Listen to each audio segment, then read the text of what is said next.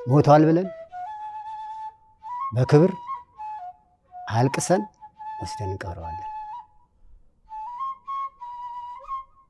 ዝም በይ በቀን 16 ሲኒ ቡና ነው የምጠጣው። እንቅልፍ አልተኛውም 3 ቀን ወተቶቼ እያረኩኝ ነው። በዛ ሰዓት አንድም ነገር አልተኩኝም። ተው ቢሉኝ በዛ ሰዓት ላይ ልተውም አልችልም ነበር። እዚህም አልመጣም ነበር። እቺን ግቢም አረግጣትም ነበር። በትንሿ ጸሎት ቤት መጡና ተንበርክከው መልእክታቸው ጀመሩ። እፈታተናለሁ፣ ረግጬ እወጣለሁ፣ እጄን እግሬን አስራ አታስቀምጠኝም ብዬ ፎክሬ የመጣሁኝ ሰው ሌላ ምን ታያለህ አንተ? ያው ውስጤ ያለው ያጋንን ስራ ታወቀበት። ደነገጥኩኝ። ልቤ ገቦታ ተከፈለ። እንደዛ ፈልጋ ከነበርኩበት ቆሻሻ ቆንጥራ ነው ያመጣች። ከልጅነቴ ጀምሬ የተነጠቅኩትን ደስታ ነው ተመለሰልኝ።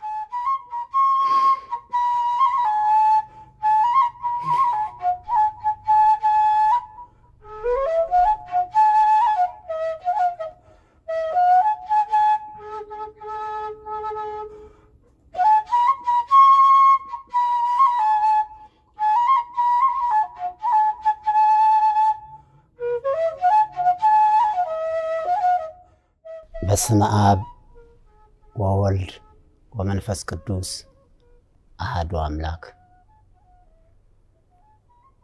የሰራዊት ጌታ ቸር እረኛ እውነተኛ ዳኛ ኃያል አምላክ ልዑል አምላክ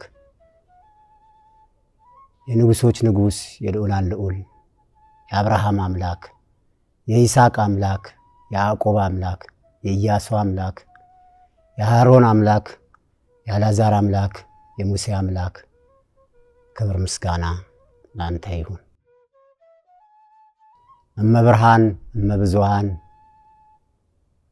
የድሆች እናት የአማልክቶች ሁሉ እህት የሕዝቦች ሁሉ እናት ብፅዕት ቅድስት ድንግል ወላዲተ አምላክ ክብር ምስጋና ለአንተ ይሁን። አርጋው ወልደየስ እባላለሁኝ። የክርስትና ስሜ ወልደ ማርያም እባላለሁ። ሴባ በሚባለው አካባቢ ነው የተወለድኩት ማለት ነው። እድሜ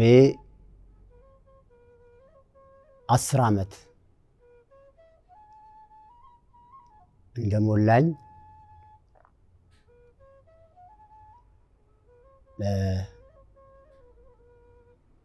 ካለሁበት ሴባ ከሚባለው አካባቢ ወደ እምድብር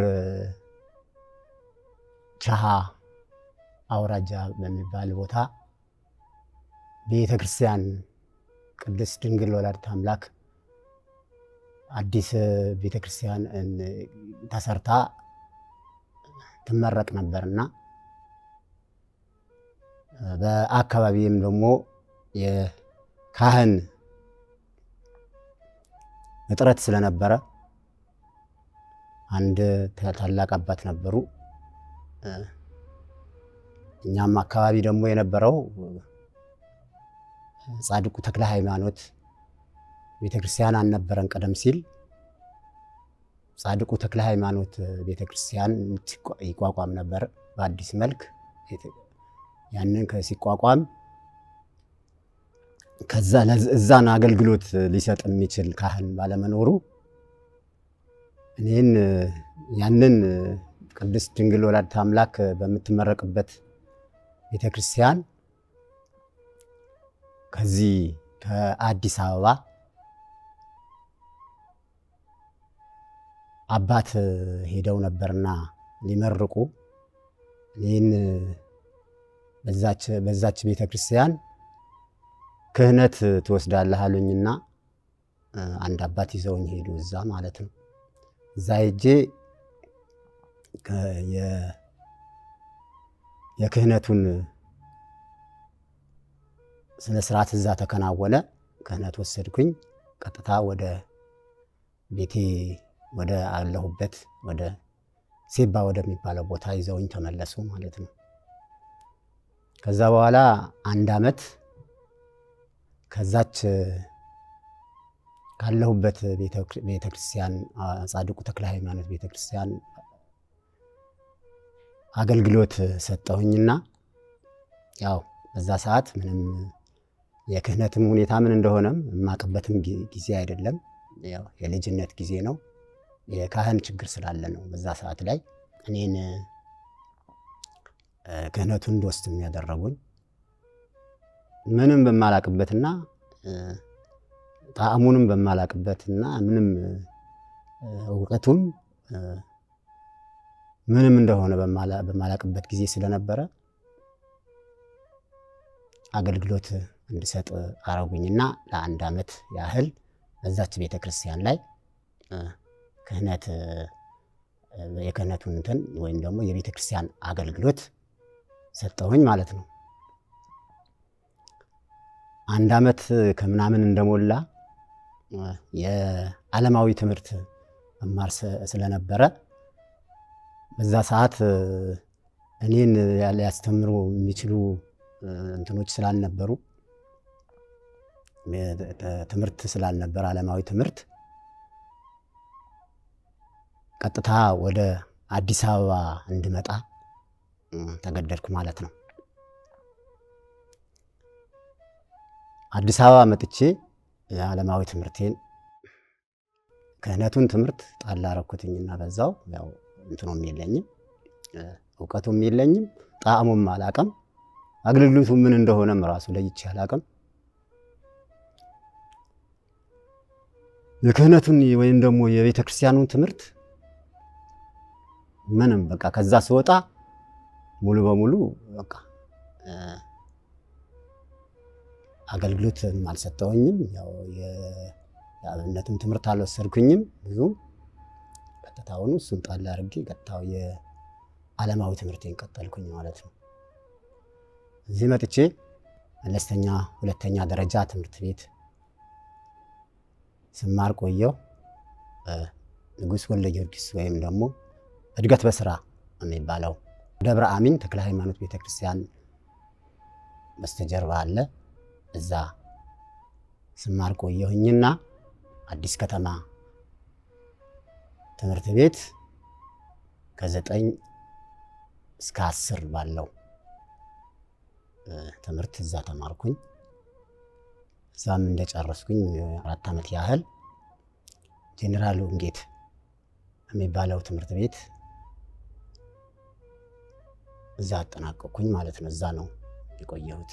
ከክፍለ ሀገር ወደ ከተማ የሚመጣ ሰው መቼም ሁሉም ነገር አዲስ ነው። አዲስ አበባ ነው ያለሁት። አዲስ አበባ ሁሉም ነገር ይጣፍጣል። ሁሉም ለኔ እንቺም ልጅነትም አለ። ቀጥታ ሙሉ በሙሉ ተረከበኝ ማለት ይቻላል። ብዙ ነገሮችን ለመድኩኝ፣ ብዙ ነገሮችን አየሁኝ። ያው እንግዲህ አጋንንትም በዚህ አጋጣሚ የኔን ያው መዘናጋት የኔን እንትን ማለት አይቶ ተቀበለኝ ማለት ይቻላል። ያነካካሁት ነገርም የለም፣ ያላየሁትም ነገር የለም። ያው ትምህርት ቤትም ያለውኝ ብዙ ነገሮችን ነካካው። ያው እንግዲህ ይሄ ሁሉ ነገሮች በዚህ ጊዜ ውስጥ ነው የተከናወኑት። ይህንን በዛ ሰዓት ላይ እኔም ያው እያደግኩኝ መጣሁኝ። ወደ ጎርምስናው ጠጋ እያልኩኝ መጣሁ። ጎረመስኩ። ያው በዛው አጋጣሚ ሱሶች ያው እንግዲህ የዓለም ጉዳይ ነው። አጋንንትም አለ። ሱሶች ላይ ተጠመድኩኝ። ሱስ ሲባል እንግዲህ በተለይ የጫት ቅጠል ነበረ እመበላ የነበረው። እንግዲህ ለጥናት ብለን ተማሪዎች ያው ጓደኞቼ ነበሩ። ዓለማዊም ስራም እየሰራሁኝ ነበረ። ከዛ በኋላ እየሰራሁኝ ነበረ መማርም የነበረው። ገንዘብም አለ፣ ገንዘብም ይዛለሁኝ። በዛ ሰዓት ሱቆችም አሉ። ምንም ያልነቃሁበትም ያላወቅኩበትም ጊዜ ነው።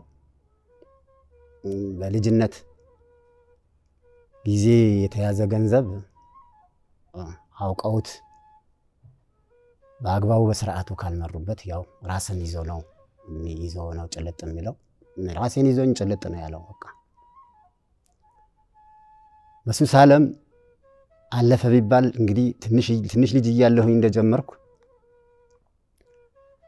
እስከ ቅርብ ጊዜ ድረስ ከእድገት ወደ ጉርምስና፣ ከልጅነት ወደ ጉርምስና፣ ከጉርምስና እስከ ጎልማሳነት አልፎ አሁን እንግዲህ የእርጅና ጊዜ እየደረሰ ነው። ፀጉሬን ነጭ መሆን እስከሚችል ድረስ በሱሱ ዓለም ነው የቀጠልኩት ማለት ነው። እንግዲህ ይህን ሁሉ ዝርዝር ሁኔታ ያለፈው በዚች ባለኝ እድሜ ውስጥ ነው። ቢያንስ አሁን ያለሁበት 10 ዓመት እስከ 10 ዓመት እንግዲህ እስከሚል ድረስ ይህንን ግቢ እስከምረቅ ድረስ በሱሱ ዓለም ነው የቀጠልኩት ማለት ነው። ስገባ በሱሱ ዓለም ስገባ እንግዲህ አላቀውም፣ ጭልጥ ብዬ ነው የገባሁት። ጣፋጭ ነው። መውጫው ግን ምን እንደሆነ ግን አላቀውም። ከዛ በኋላ እንዴት እንደሚወጣም አላቅም፣ መውጣትም እንደሚቻልም ራሱ አላቅም። ያው ያጋንንትም እገዛ አለ። አገኘኝ፣ ተቀበለ፣ እንደ ኳስ ወደ ፈለገው አንዴ ወደ ላይ አንዴ ወደ ታች ሲጠልዝ አሁን ያለሁበት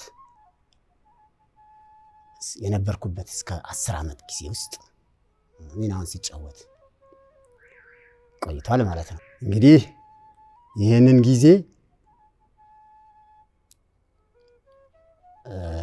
በዚህ ሁኔታ ላይ ያለሁኝ እህቶች አሉኝ። የኔ ታላላቅ እህቶች፣ ብዙ ጊዜ ታላቅ እህቶች አሉኝ። ወንድሞችም አሉኝ።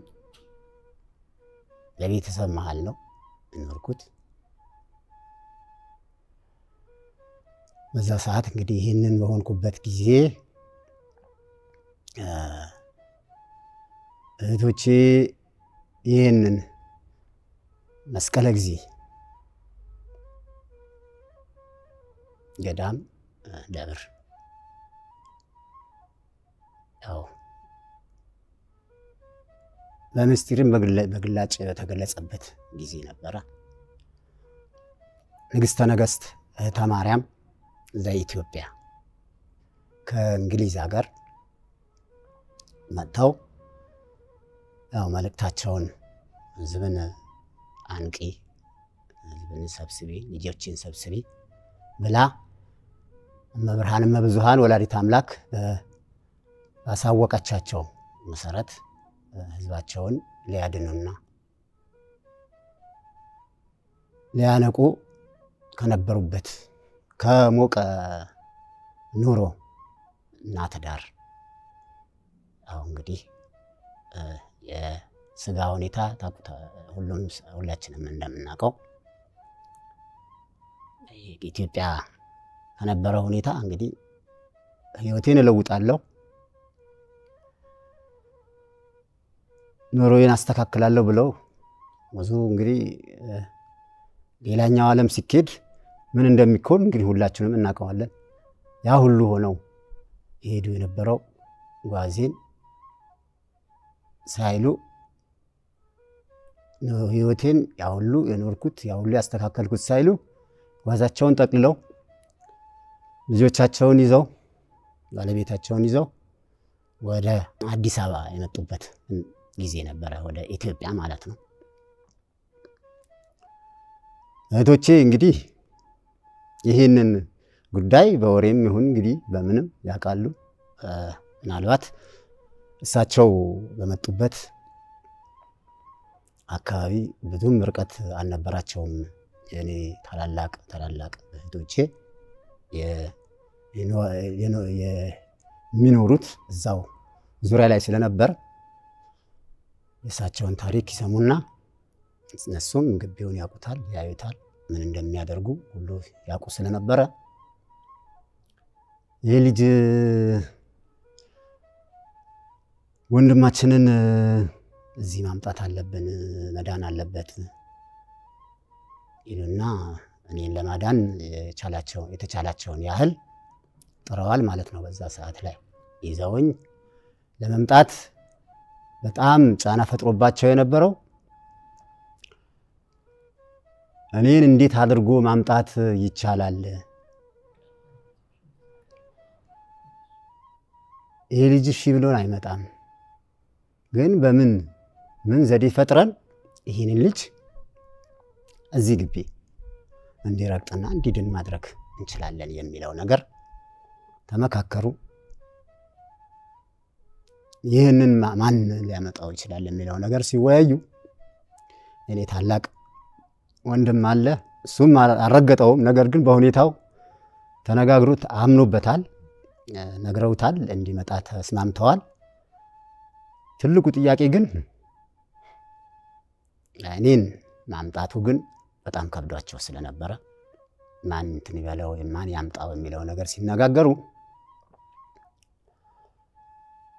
እሱ ያምጣው፣ እሱ ያሳምንና ያምጣው የሚለው ነገር ተወያዩና እኔን ሊነግረኝ እንግዲህ ቀጠሮ ያዘና ያው ተጨንቀዋል። ሺም እንደማላቸውም ያውቃሉ። ቀጥታ እኔን ሆቴል ይቀጥረኝና ጋብዞኝ ቁጭ አድርጎ ተወያይተን እንዲህ ነገር አለ፣ አንዲት ሴት ለዚህ መልእክት የምታስተላልፍ ነገር አለች እና እኛም ጥሩ ሁኔታ ላይ አይደለም ያለ ነው። ስለዚህ እንሂድና መዳን አለብን የሚለው መልእክት ለእኔ ይጠቁመኛል። በዛ ሰዓት ላይ እንግዲህ ማመንም አልችልም። እኔ እንዴት ብላችሁ ደግሞ ጠንቋይ ይዛችሁኝ ልትሄዱ ደግሞ ወሰናችሁ ወይ ተነጋገራችሁ ወይ? ቤተሰብ ተነጋግሯል ወይ? ስለው ቤተሰብ ተነጋግሯል እና እንሂድና እኛም መዳን ያለበት ብዙ ሰው እየዳነ ነው፣ መዳን ያለብን ያህል እኛም እንዳን የሚለው መልእክት ሲያስተላለፍልኝ በፍጹም አእምሮዬ ሊያምንም አልቻለም። በአሁኑ ዘመን በዚህ ጊዜ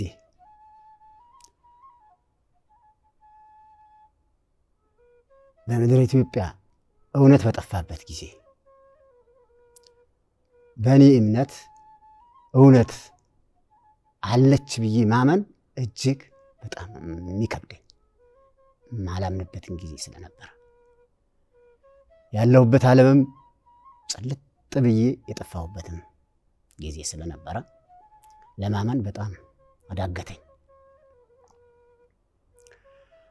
እንግዲህ ቆርጦ የመጣ ሰው ነው። ተወያይተውበታል፣ ቤተሰብ ተነጋግሮበታል። ለማሳመን አስቦበትና ወስኖ ነው የመጣው። ሊመለስልኝ አልቻለም። በቃ ወጥሮ ያዘኝ። ካልክማ እሺ እናንተ እኔን ጠንቋይ ጋር ይዛችሁኝ ለመሄድ መወሰናችሁ ለእኔ አይታየኝም፣ አይመስለኝም። ግን ወሰዳችሁኝ ይዛ ሁለት እጄን እና እግሬ አስራ አታስቀምጠኝም። መቼ የምትወስዱኝ ቦታ ከመሰላችሁ ወጣለሁኝ፣ በሄድኩበት እግር እመለሳለሁኝ። አእምሮዬ ካላመነ እመጣለሁኝ። እሺ ያልኩኝና ተነስቼ ቀጠሮ ያዝን። በቀጠሯችን ቀን ተያይዘን ቀጥታ እዚህ መስቀለ ጊዜ ገዳም እና ደብር እንድመጣ ወሰንኩኝ። በቀጠሮውን ቀን ተያይዘን ቀጥታ መጣን ማለት ነው። የመጣሁት ለፈተና ነው ማለት ነው፣ ለመፈታተን ነው ማለት ነው። ነገር ግን ለሁሉም ጊዜ አለው። አምላክ ምክንያት አለው። የሰው ልጅ ሊጠፋም ሊድንም የሚችለው በምክንያት ነው። እንግዲህ አምላክ የፈለገውን ይጠራል። የሚጠራው ከታናናሾቹ፣ ከበታቾቹ፣ ከኃጢአተኛው፣ ከበደለኛው፣ ከጠፋው ፈልጎ ነው ያመጣው። እንግዲህ እኔ ኃጢአተኛው፣ በደለኛው፣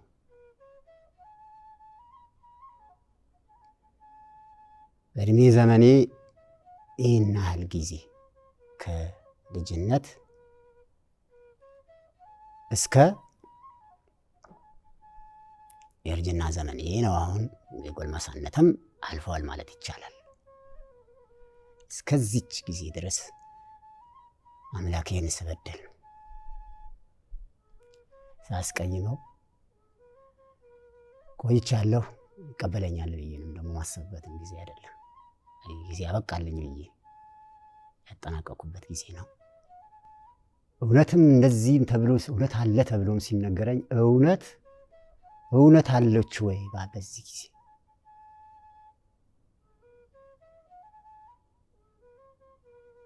የሚነግሩኝ ነገር ትንግርት እውነት እንትን ነው የሚመስለኝ፣ ህልም ነው የሚመስለኝ። አበቃላት እውነት አጠናቀቀች ብዬ የማምንበትን ጊዜ ስለነበር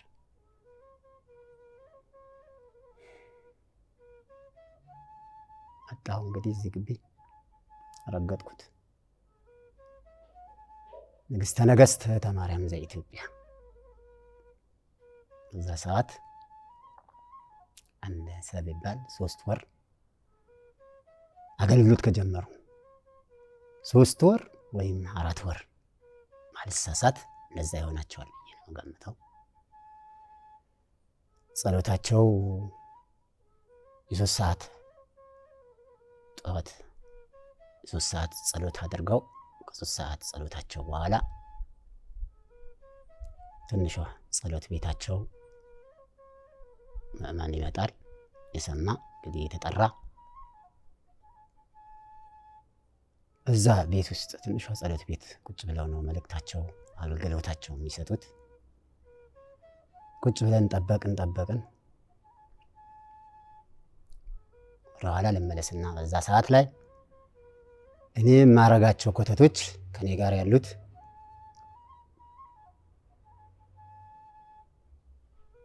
ጫቴን፣ ቡናዬን፣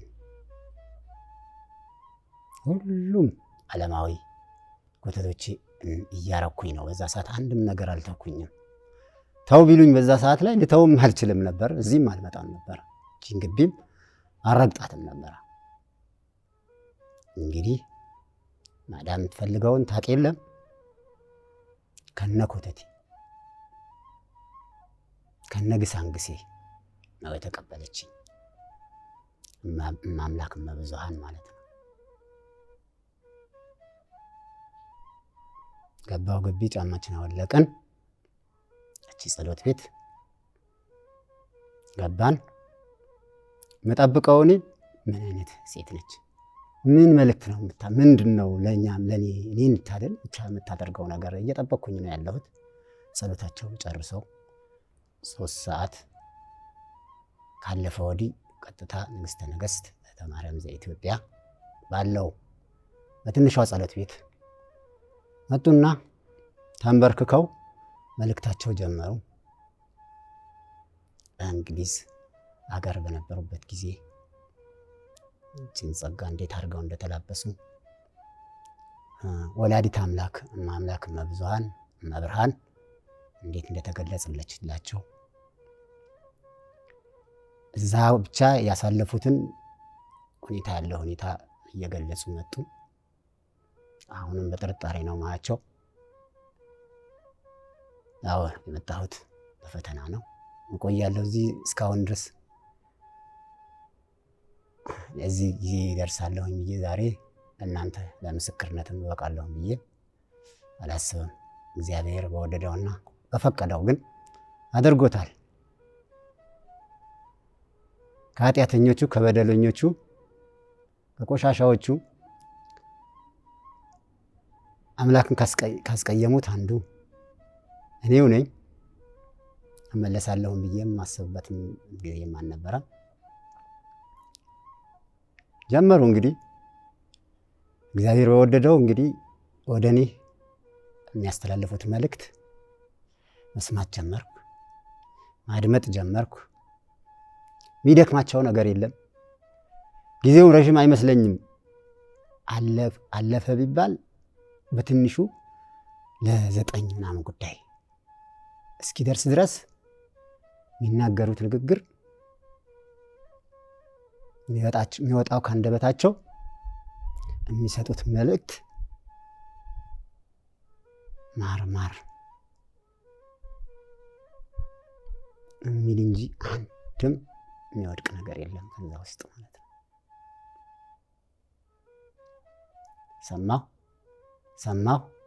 ሰማሁ እንግዲህ ከእውነት የለችም፣ አለቀላት፣ አከተመላት፣ አበቃች ብዬ ያመንኩባትን እውነት እዚች ቤት ውስጥ ከዛቸው አንደበት አንድም የሚወድቅ ነገር ባለመኖሩ ከሳቸው አንደበት ሰማሁኝ።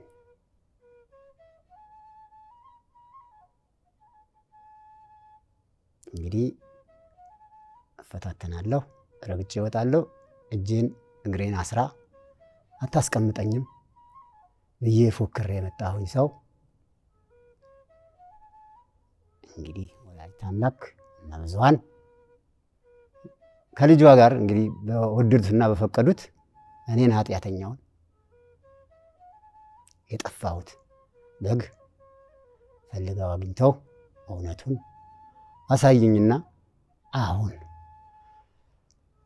የምታዩኝ መልእክት ወይም ደግሞ ምስክርነት የምሰጥበት ጊዜ ላይ ደረስኩኝ ማለት ነው። ሰዓቱ 9 ሰዓት አካባቢ፣ የ9 ሰዓት ጸሎት ይደረጋል። ጸሎት አድርገን ሁሉ ከተሰበሰበ ሰው ሁሉ ለመዳን እዛ ከመጣ መልእክት ከሚሰማው ሰው ሁሉ የመጀመሪያ የፈውስ አገልግሎቱ በእኔ ነው የተጀመረው። አንተ አሉኝ፣ ስሜን አያውቁም። እኔ ሌላ ሰው መስሎኛል። በአመልካች ጣታቸው የሳዩ አንተ አሁንም አላመንኩም። ሁለተኛ ጊዜ እንደገና ዞር ብዬ ሌላ ምን ታያለህ አንተ?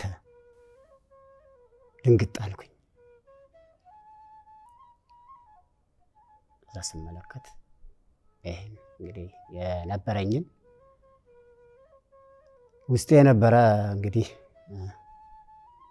የመንፈስ የርኩስ መንፈስ እንግዲህ ለሳቸው በጸጋቸው ይገለጽላቸዋል። ጠቆሙኝ ማለት ነው። እንዴ ይሄ ያለ ብለው ያው ዝርዝሩ መግለጽ ብዙም አያስፈልግም። የሚነግሩኝ ነገር ሁሉ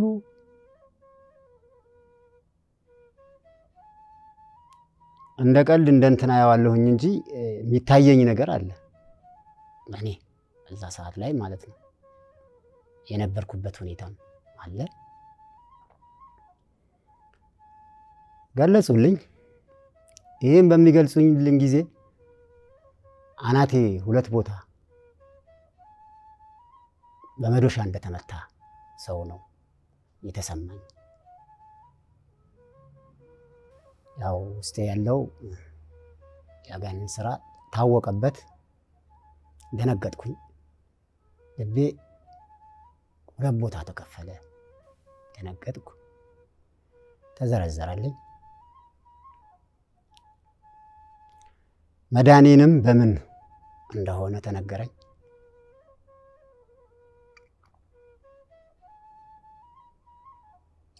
የኪዳነ ምህረት ጸበል 2/7/14 ቀን እንድጠመቅ ታዘዘልኝ።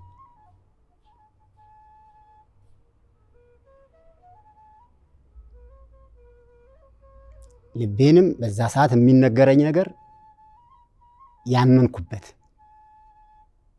ስለነበረ የሚባለው ነገር የሚነገረኝም እኔ ላይ ያለው ሁኔታ ሁሉ አንድም የሚጣል ነገር አልነበረም። እውነትና እውነት ነበር። እኔ የማውቀው ነገር ነበረ፣ የሚታየኝ ነገር ስለነበረ ማለት ነው። ተቀበልኩ። በዛ ሰዓት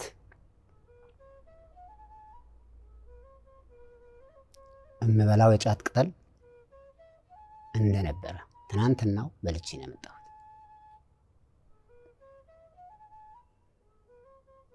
ቡናም መጠጣት እንደሌለበትም የሰማሁትና የተረዳሁት እዛው ግቢ ከሳቸው አንደበት ነው፣ ከወላዲት አምላክ። በቀን 16 ሲኒ ቡና ነው የምጠጣው።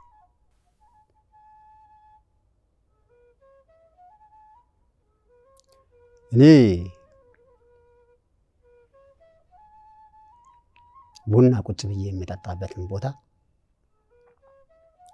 እያዞሩ ቡና የሚያፈሉ አሉና እኔ ቁጭ ያልኩበት ቦታ ሰው ሁሉ ነው የሚሰበሰበው። ምክንያቱም አርጋው ቡና ያውቃል። ቡና ቀማሽ የሚባል ነገር አለ አይደለም? አለ እኮ በኢትዮጵያም ደረጃ ቡና ቀማሾች የሚባሉ አሉ። እኔ እንደ ቀማሽ ነኝ። ቡና ያውቃል በጣም ጠጪ ነው ስለምባል እኔ ቁጭ ብዬ የጠጣሁበት ቦታ ይጠጣል፣ እሱ ይጠጣበታል የተባለበት ቦታ ሁሉ ሰው ሁሉ ነው የሚሰባሰበው እኔ የምጠጣ ቡና ለመጠጣት ማለት ነው። 16 ሲኒ ቡና እቤት ከሚፈላው ውጪ ነው።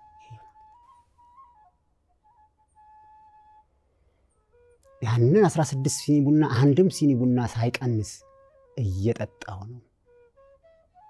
እንግዲህ ቡና አቁማችሁ ኑ የሚባለበት መልእክት የተባለበት መልእክት ጊዜ ቢሆን ኖሮ እኔ በዛ ግቢ አልገባ። ምክንያቱም ያንን አሰስከሰስ ያ ሁሉ ሱስ እንዴት አራግፌ በምን ችሎታዬ ማን ሳግዞኝ ማን አላቆኝ እንዴት አድርጌ ንስሐ ገብቼ ቡናዬን አቆሜ የጫት ቅጠሌን አቆሜ አመጣው። እንዴት እኔ አስቸጋሪ ልጇ እንዴት ማምጣት እንደምትችል እናቴ ስለምታውቅ ከነ ኮተቴ ከነ ግሳንግሴ ከነ ሱሴ ከነ በደሌ ከነ ኃጢአቴ ነው የተቀበለች።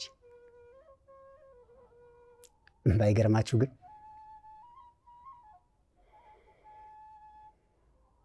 ይገርማል። ግን እኔ ሳስበው በጣም ይገርመኛል። አሁን ላይ ሆኜም ሳስበው ይገርመኛል። ለእናንተም ስነግራችሁ ትንግርት ነው የሚሆንባችሁ።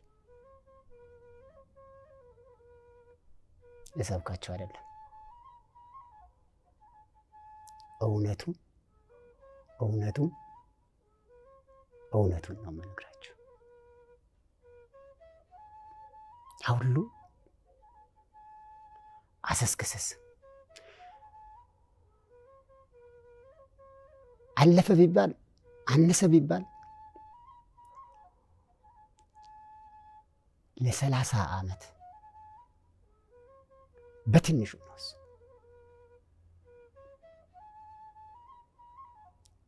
ከኔ ጋር ተጣብቆ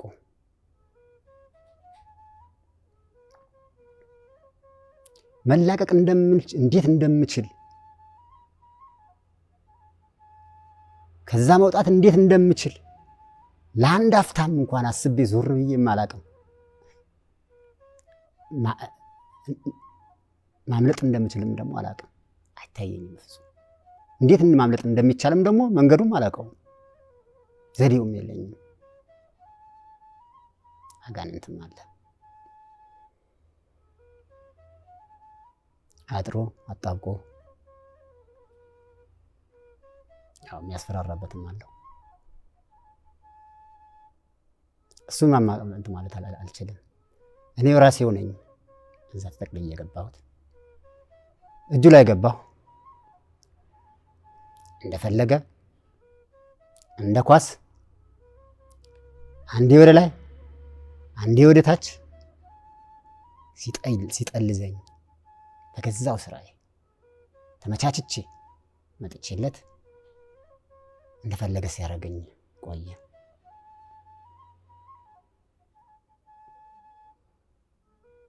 ይህን ግቢ ግን ስመጣ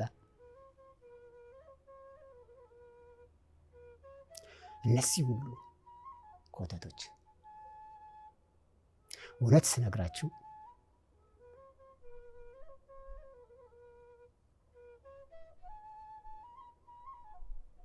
የኔ እናት ከእናትም እናት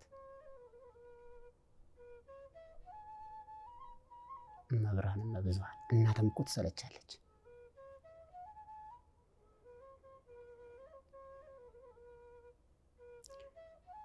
ልጇ ሌባ ቢሆንባት ዱርዬ ቢሆንባት ጠጪ ቢሆንባት ዋሾ ቢሆንባት አስቸጋሪ ዱርዬ ደብዳቤ ተደባዳቢ ቢሆንባት ልጄ ሌባ ነው ጠጪ ነው ተደባዳቢ ነው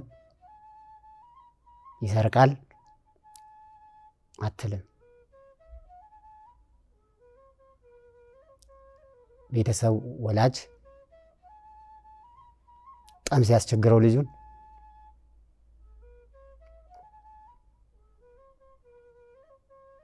ከፍሎ ያሳስራል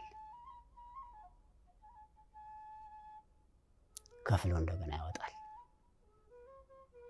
ልጅ ነውና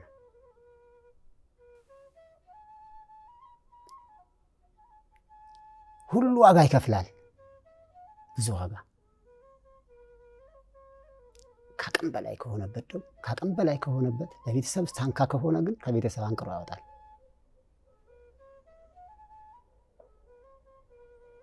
የኔ እናት ግን የእናንተም እናት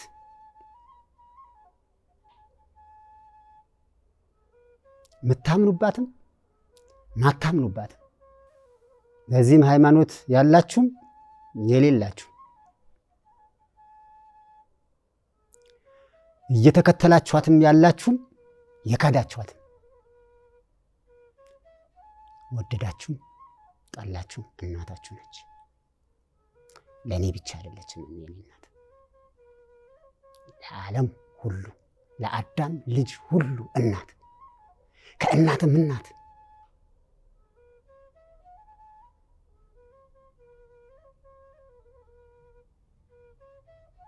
ልጄ ቆሸሸ በሽንቱ ተጨማለቀ አጠፋ በደለ ልጄን አስቀየመ እኔን ካደ ይህ ሁሉ በደል ፈጸመ ብላ ሰልችታ ማትሰለች ጥላ ማትጥል ሸሽታ ማትሸሽ አርቃ ማትርቅ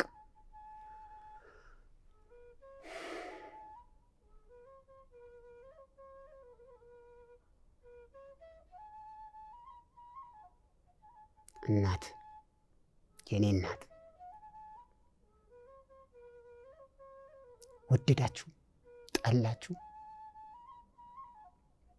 አመናችሁባትም አላመናችሁባትም ወደዷትም ጥሏትም እመኑባትም አትመኑባትም እናታችሁ ነች አጥላችሁ ይህንም እላችሁ እኔን ያልጣለች ከሁሉም የወደቀውን ልጇ የቆሸሸውን የተጨማለቀውን የተበላሸውን አጥባ እስከ መጨረሻው ተከታትላ ከልጇ ጋር አስታርቃ ወደ እሷ ልጠቀልል እኔን ያመጣችኝ በመሆኗ ነው መሰክርላችሁ። እኔ አላቃትም ቀድሞ እውነት እላችኋለሁ። የኔ እናት እንደዚህ ነች ብዬ ያልኩበትም ያሰብኩበትም ጊዜም የለም። እኔ ትፈልገኛለች በቃ አበቃልኝ ብዬ ማስበት ሰው ስለነበረ አምላኬ እናቴ ከኔ ጎን ናቸው፣ ይፈልጉኛል፣ ያመጡኛል፣ ያቀርቡኛል ብዬም አንድም ቀን ያሰብኩበትም ያሰላሰልኩበትም ተስፋ የሚያረኩበትም ጊዜ ለተስፋዬ ተሟጦ አልቋል።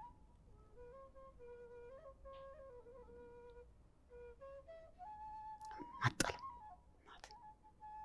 ፈልጋ እውነቱን አሳየች፣ አስረግጠች። እናንተን ልሰብካችሁ አይደለም፣ አስቤ አይደለም እዳንኩት፣ ወድጄ አስቤበት አይደለም፣ ስለፈለገች ካለውበት ጎትታ ከነቆሻሻዬ ከነበደሌ ከነኃጢአቴ ከነጥፋቴ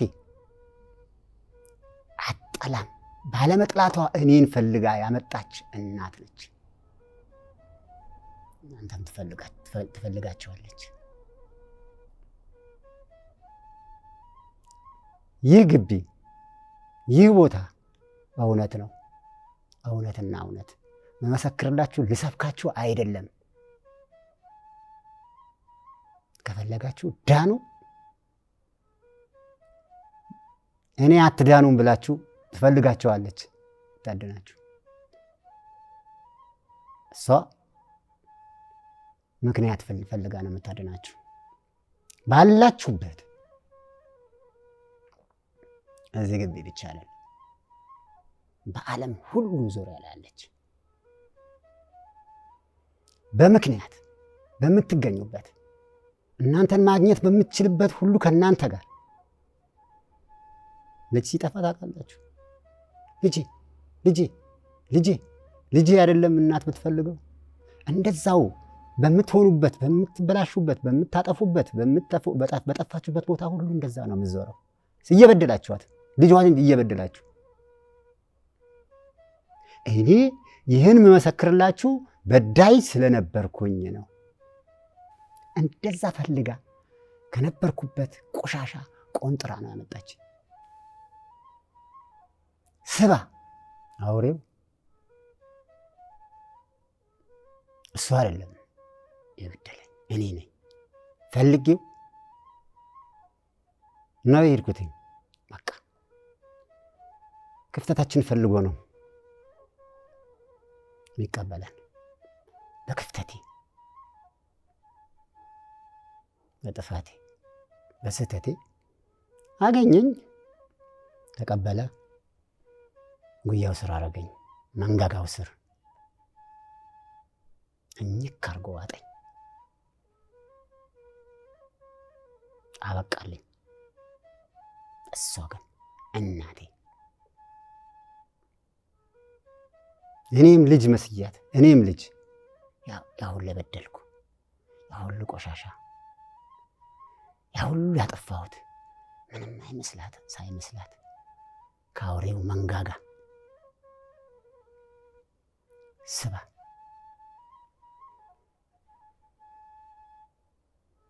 ጎትታ አፉን አስከፍታ ካፉ ውስጥ ጎትታ አውጥታኝ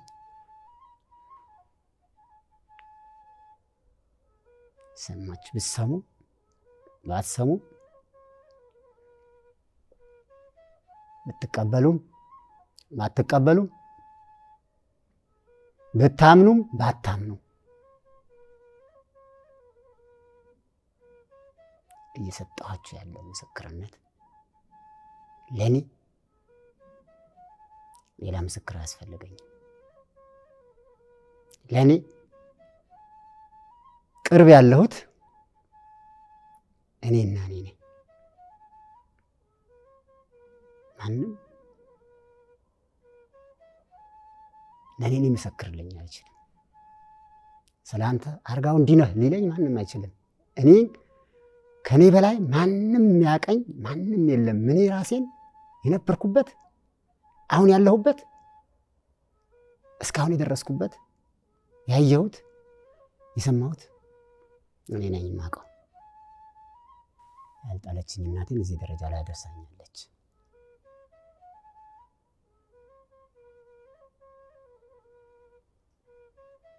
ወደ ኋላ ልመለስላችሁ።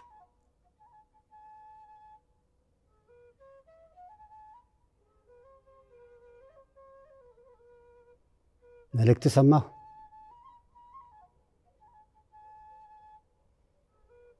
ትእዛዝ ተሰጠኝ።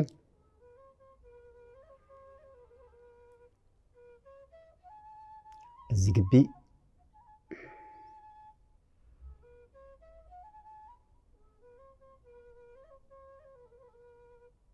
መልእክት የትእዛዙን ተሰጠኝ። ቀጥታ ከዚህ ግቢ ስወጣ እነዛ ለ30 ምናምኖቹ እስከ 40 የሚጠጋ ጊዜ የነበረው አሰስገሰስ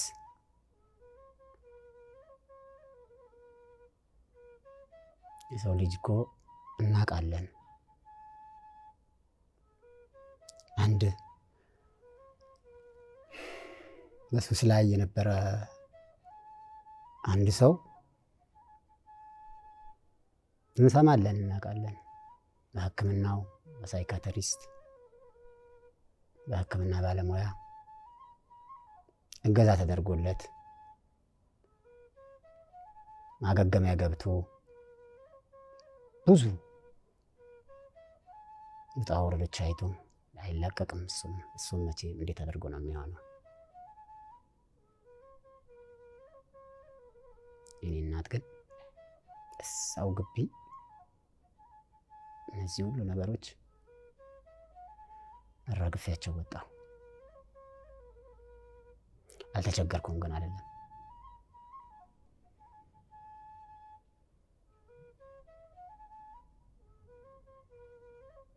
ሶስት ቀን ያህል ያው ላይ የነበሩት የአጋንንት ሰራይ እንግዲህ ራሳቸው ሙከራ ያደርጋሉ። እንቅልፍ አልተኛውም። 3 ቀን ቀዣለሁ። እሞት ነው፣ ጭንቅላቴ ሊፈነዳ ነው።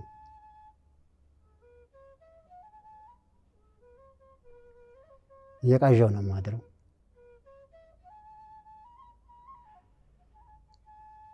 ባለቤቴ እህቶቼ ጋር ትደውልና ሊሞት ነው አርጋው ምን ይሻላል ብላ ደውላ ስትነግራቸው አንዷ እህቴ ያለች እንደ 2 ዓመት ሊሆን ነው። 2 ታላላቅ እህቶቼ ከዚህ ዓለም በሞት ተለይተዋል። ይዘውኝ ከመጡት ማለት ነው። እዚህ ግቢ ያስረገጡኝ እነሱ ናቸው።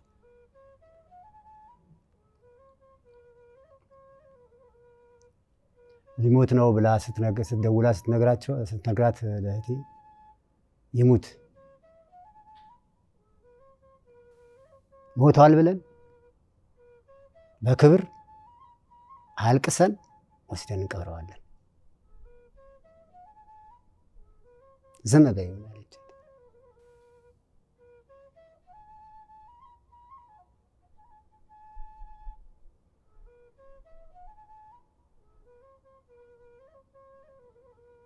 ከ3 ቀን በኋላ ያው ራሱን እንትን እያለ መጣ።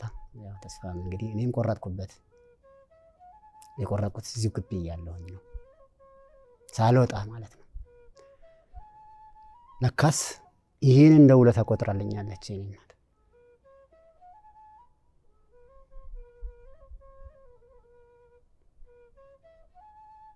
ሰው መከፍላት ቤስታ ቤስት የለም።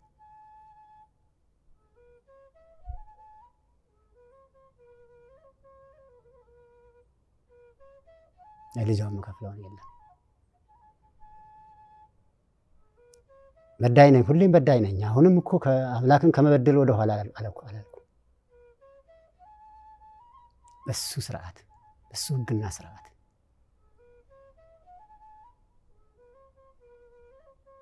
ስጋም አይደለም የለበስኩት። የዓለም ሁኔታም ታውቁት የለም። ፍጹም አልሆነም። የሰው ልጅ ፍጹም አይደለም። ቢሆን ኖሮ እግዚአብሔር ነበር ማለት ነው። ልጇን ድኜላታለሁ። የምትፈልገው እሱ ነበረ። ትልቅ ዋጋ፣ ትልቅ ነገር ነው ለእኔ እዛ ውስጥ ማውጣት። ለእሷ ትልቅ ስለነበረ እኔን ማዳን ትልቅ አድርጋ ስለቆጠረችው ትእዛዜን ፈጽሜ ስመጣ በፈገግታ ነበር የምትቀበለኝ የነበረው የኔ እናት። አሁን ነው የሚገባኝ። ሽልማት ታዘጋጀልኝ ነበር።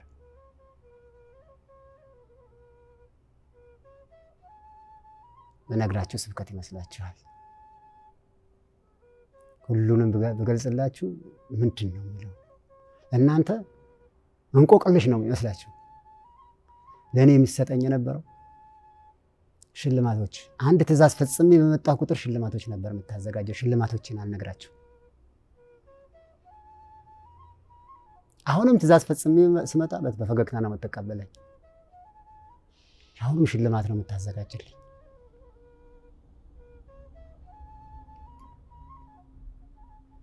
ምንድን ነው የምከፍላት? ምንድን ነው ማድረግላት? ምንድን ነው ለእሷ?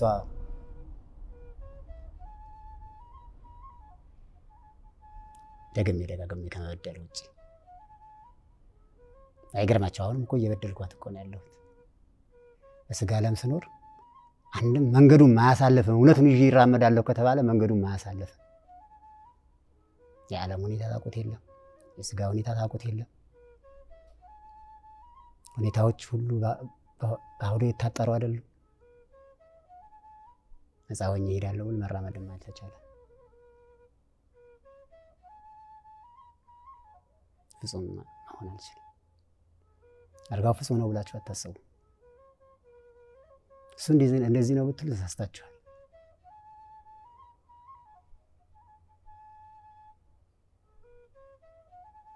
መናገራችሁ ግን እውነቱ ነው። ይህችም ጠብታ ልብ ተከፍቶ ቢታይ፣ እኔን ልብ ከፍታችሁ ብታዩት ውስጤ ላይ የሆነ ነገር ነው የሚፈካ የሚለው። እንዴት ብዬ ልንገራችሁ? እንዴት ብዬ ልግለጽላችሁ? የተደረገልኝ እኔ ልግለጽላችሁ? አታምኑ።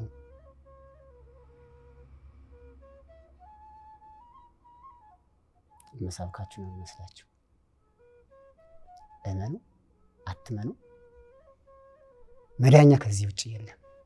ካለሷ መዳኛ ማንም የለም። ከልጇ ውጭ መዳኛ ማንም የለም። ይሄ ግቢ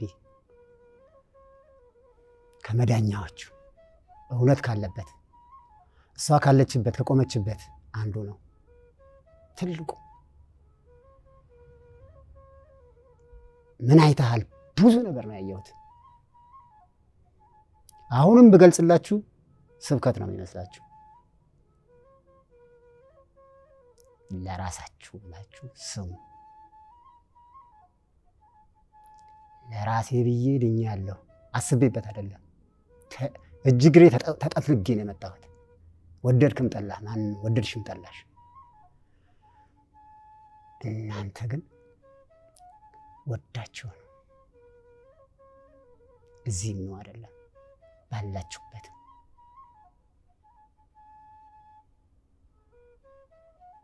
ማመን ያለ ማመን የራሳችሁ። ከፈለጋችሁ ነው፣ ከፈለጋችሁ ተቃወሙ፣ ግን አትሳደቡ።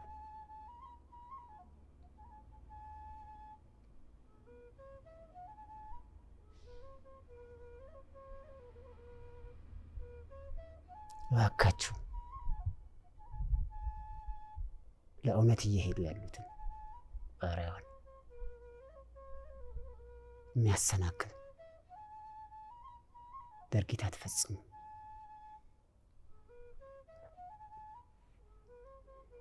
ያው ዋጋ ያስከፍላል። እምነግራችሁ እውነቱን ነው።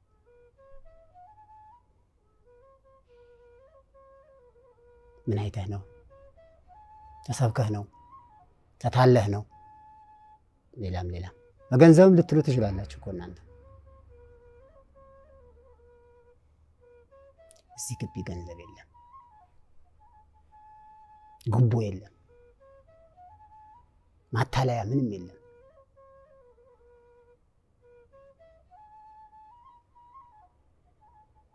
ያለው እውነት ነው። የምታዩት ሁሉ እውነት አይቶ ነው፣ መዳሩን አይቶ ነው፣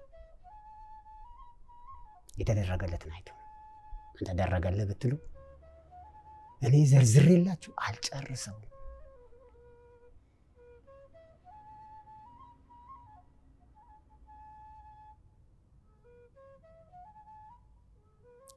ምን ብዬ ልንገራችሁ? ከምን ልጀምር? የትኛው ልጨርስ? በነግራችሁም ስብከት ነው የሚመስላችሁ። እኔ የምለው የተደረገልኝ በአካል ማቃቸው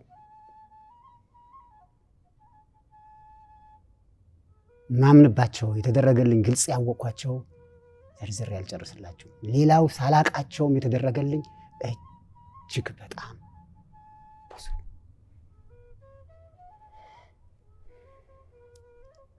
ምን ብዬ ልግለጽላችሁ? እጹብ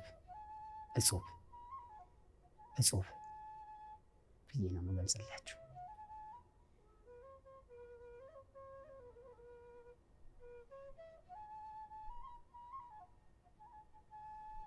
የካድኳት፣ የበደልኳት፣ ያስቀየምኳት እናቴ፣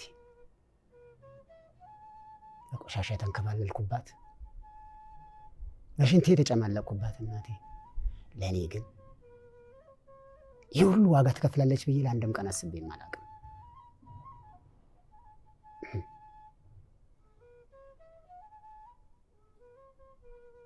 የምከፍላት ምን እንደሆነ አላውቅም።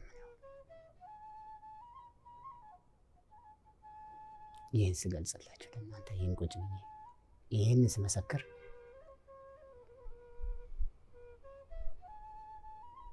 ውስጥ የሚሰማኝ ስሜት አለ። እኔ ስለማውቀው አርጋውን ስለማውቀው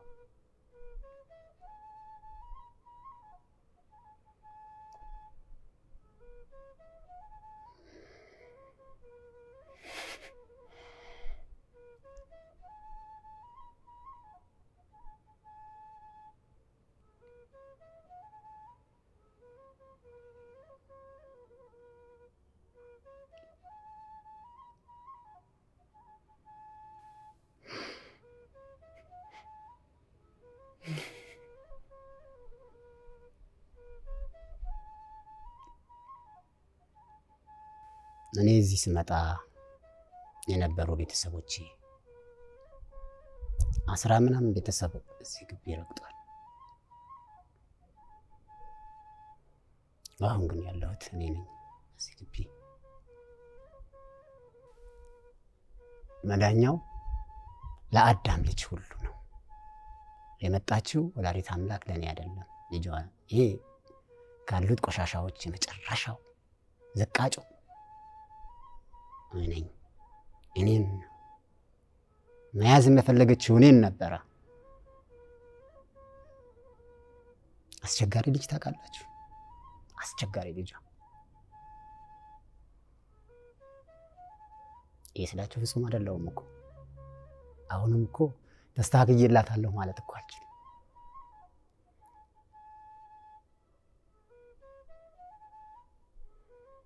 ግን እሻላለሁ፣ ራሴን ቢያንስ አድኛለሁ።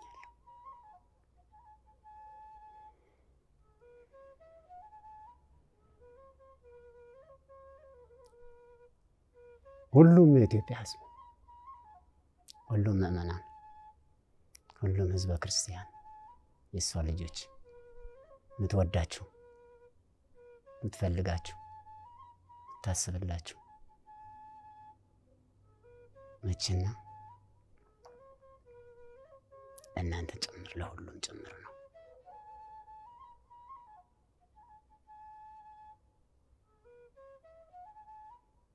አይደለም ህዝበ ክርስቲያን ከዛቡም ከሙስሊሙም ከመናፍቁም ልጆች አሉኝ ትላለች። ይሳው በአንድም በሌላም ተኩላ ያነጠቃቸው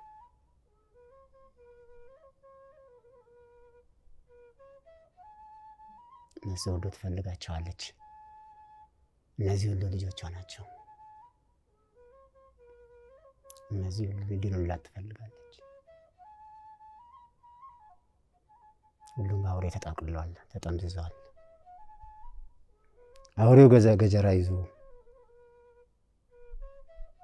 የራሱ ወጥመድ አዘጋጅቶ እየሸከሸከ ነው። እሷ ግን አውሬ በፈጠነው ቁጥር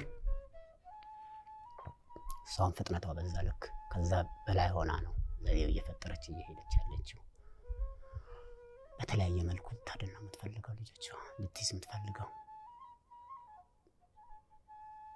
ሳትገነዘቡ አትቀሩም፣ ሳንገነዘብ አንቀርም። የአውሬው ሩጫ እሷም በዚህ ጊዜ በጠራራ ፀሐይ በምድረ እንግሊዝ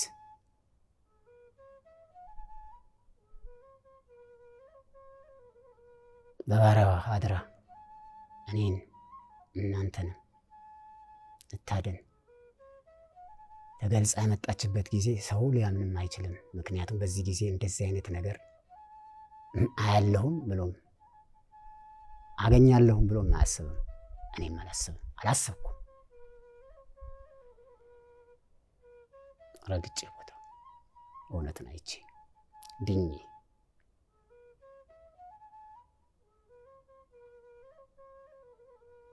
በሙሉ ነው ልብ ነው የምነግራችሁ። እኔ ማለት እዚህ ግቢ ከመርገጤ በፊት እህል በአግባቡ እንኳን አልመገብ ሰው አይደለሁኝ። እንጀራም በአግባቡ አልመገብም። ለእኔ የሚስማማው ምግብ ምን እንደሆነም አላውቅም።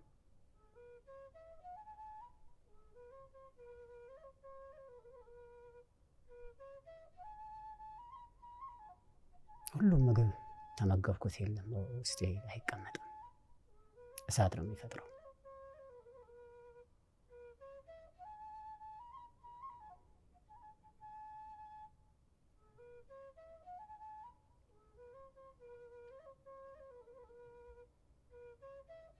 እኔ የሚስማማኝ ምግብ ምን እንደሆነም አላውቅም። ህመም ጨጓራ ይባላል፣ ብርድ ይባላል፣ ራስ ምታት አነሰ ይባላል። በትንሹ በቀን በጣም ተማለ ሲባል በሁለት ቀን ምንድነው ማይግሬን ነው ምናምን የምትሉት የለም የክኒን መዓት ቤት ውስጥ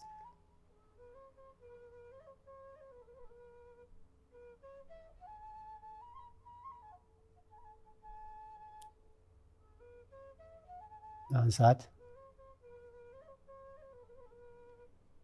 ለአርጋው የሚስማማው ምግብ አይስማማው ምግብ የለም። እንጨት ካልሆነ በስተቀር በልቼው አይስማማኝ ምግብ የለም።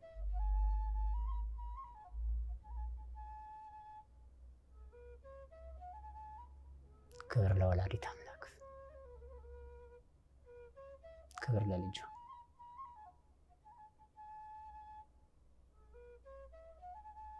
ኑሮዬ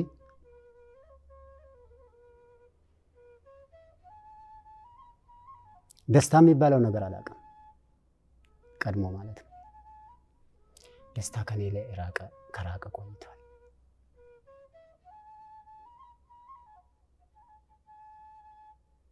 ገንዘብ ኖሮኝ ሱቆችም ኖሮኝ በልቼ ጠጥቼ ፍሪዳውም ጥሬውን ቆርጬ ፈልገው መጠጥ ዳንኪራው ዘፈኑ እኔን የሚያስደስተኛል። ለሀፍታም ለደቂቃ እንኳን እኔም እውነተኛ ደስታ አንድም ቀን የለም። ደስታ የተደሰትኩበት ጊዜ በትዝታ አላስታውሰው።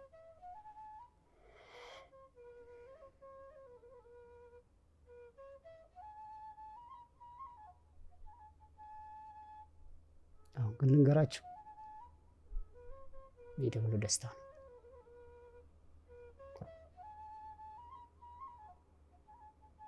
ምንም ባይኖረኝ ደስተኛ ነኝ። ደግሞ የማይኖረኝ ጊዜም የለም አለኝ። ገንዘብ ይመስላችኋል እናንተ? አለኝ ስል ገንዘብ ይመስላችኋል? ምንም ነገር ባይኖረኝ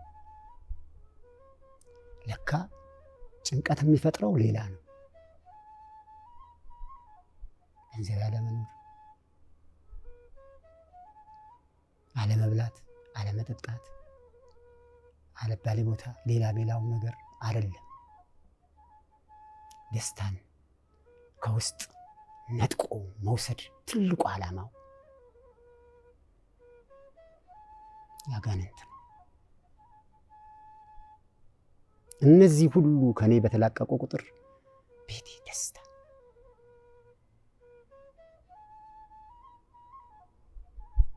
እጄ ላይ ገንዘብ አይቆይም። በዛ ሰዓት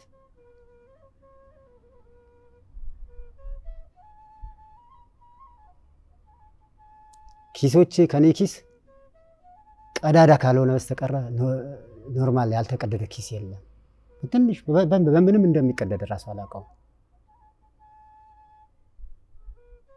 ወንፊት ነው ሰራለሁ፣ ኪሴ ውስጥ ከታለሁ። አንዳንድ ጊዜ ማን ወሰደብኝ ለራሴ ኪሴን ማላምንበትም ጊዜ ነበረ። ቤት ስገባ ግን ባዶ ነው። ወንፊት ነው ኪሴ፣ እጄም ወንፊት ነው።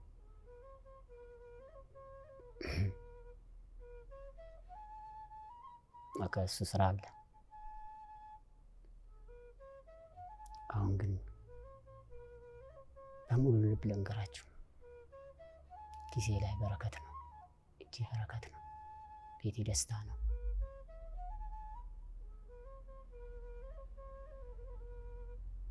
ዙሪያዬን ሳይ ደስታ ነው። ከልጅነቴ ጀምሬ የተነጠቅኩትን ደስታ ነው የተመለሰልኝ።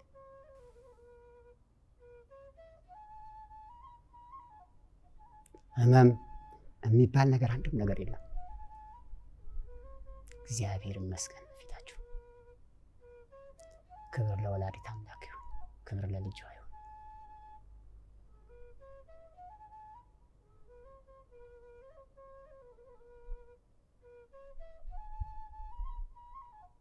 እኔ በረከት ሲባል ምንድን ነበር? አሁን የገንዘብ ነው የምላችሁ። በረከት ግን በልጇ ነው ሁሉ። የእሷ በረከት ብዙ ነገር ነው ያለው፣ ሚስጥሩ ብዙ ነው።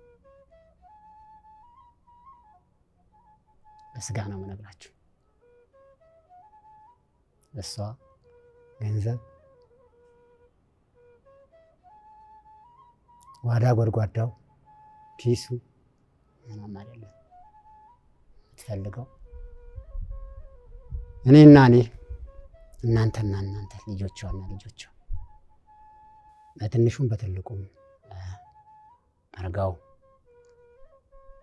የህይወት ታሪኩ ይሄን ይመስል ነበር። ስብሐት ለእግዚአብሔር ወለወላዲቱ ድንግል ወለመስቀሉ ክቡር መሐረነ ወይሳለነ በርትዕት ተዋሕዶ ሃይማኖት ያጽናን። አይኩን